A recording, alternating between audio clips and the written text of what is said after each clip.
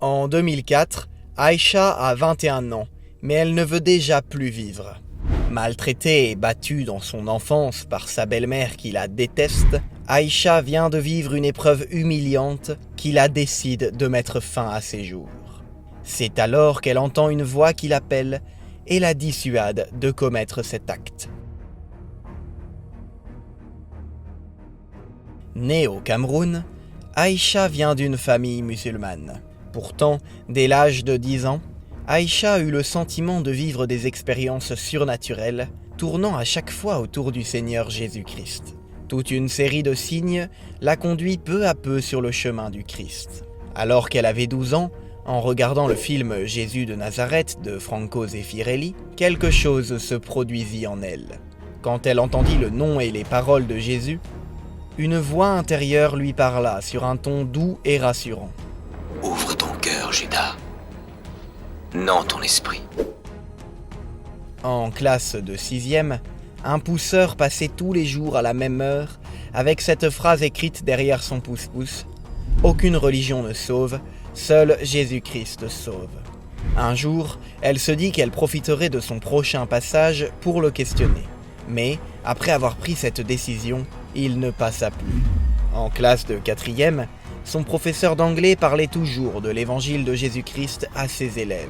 C'était comme si ce professeur avait une attention particulière à l'égard d'Aïcha.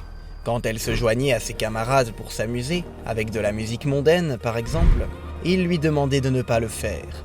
Et elle se demandait « Pourquoi moi et pas les autres ?»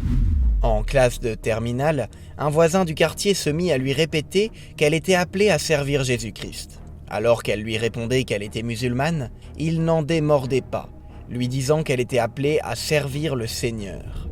Peu après, alors qu'Aïcha décide de mettre fin à ses jours, elle entend une voix qui l'appelle et lui dit « Aïcha ».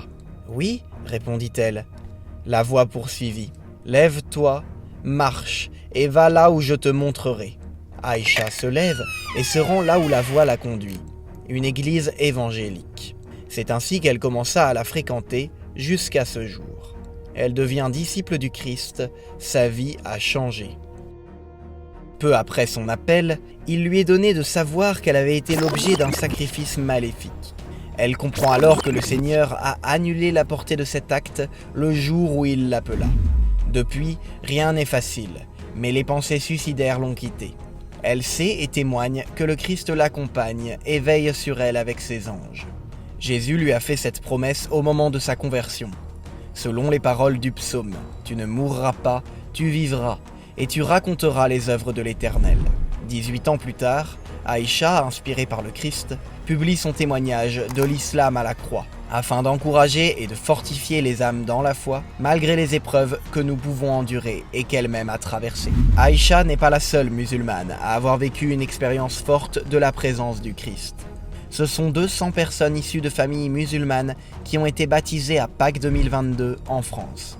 Beaucoup de musulmans se convertissent aujourd'hui au christianisme après une expérience presque mystique. Certains ont des songes dans lesquels ils voient Jésus, comme Joseph Fadel. D'autres ont des visions, comme Samira, qui vit un jour dans un miroir Jésus monté sur un âne, un dimanche des rameaux. Enfin, nombreux sont ceux qui font une rencontre personnelle avec Jésus lors de la lecture de la Bible ou lors d'une Eucharistie, comme Mehdi Djadji. Jésus appelle tout le monde, quelle que soit la manière, alors ne passez pas à côté de son appel.